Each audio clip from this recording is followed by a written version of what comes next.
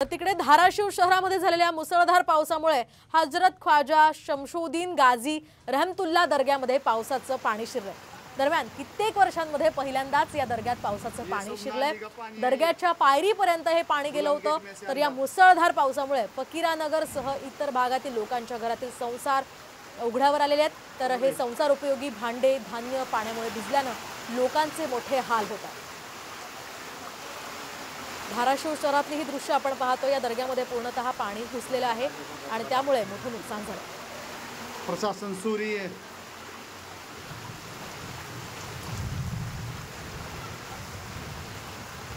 पूरे आस्थाने में पानी है।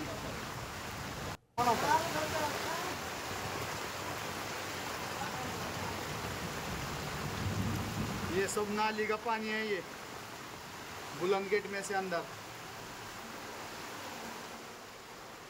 आपण पाहू शकतोय हजरत ख्वाजा या दर्ग्यामध्ये हे पाणी भरल्याचं आपण या दृश्यांच्या माध्यमातून पाहू शकतो। किती मोठ्या प्रमाणात हा पाऊस झाला असेल त्याचा अंदाज आपल्याला यातनं येऊ शकतो।